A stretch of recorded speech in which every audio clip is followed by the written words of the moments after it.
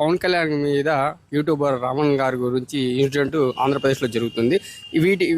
దీని మీద మీ యొక్క స్పందన? I stand with Raavan.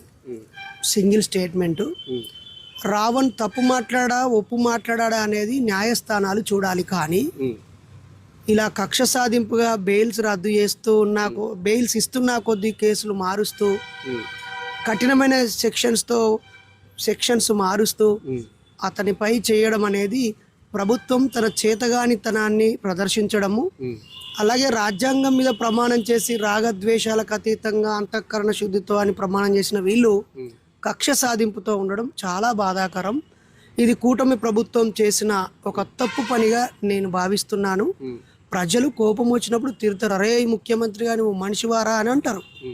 కోపంలో అనే ప్రజల ఆవేదనను దానికి గల కారణాలను అర్థం చేసుకోవాలి తప్ప అన్న వ్యక్తి వ్యక్తీకరణను చంపడము, ప్రశ్నించిన వాళ్ళని లేదా ఆలోచింపజేసిన వాళ్ళని లేదా ఒకవేళ నోరు జారిన వాళ్ళని ఇలా పగబట్టడం అనేది సిగ్గుచేటు. వెంటనే హైకోర్టు ఈ విషయంలో జోక్యం చేసుకొని సుమోటోగా తీసుకొని అతన్ని విడుదల చేయాలి.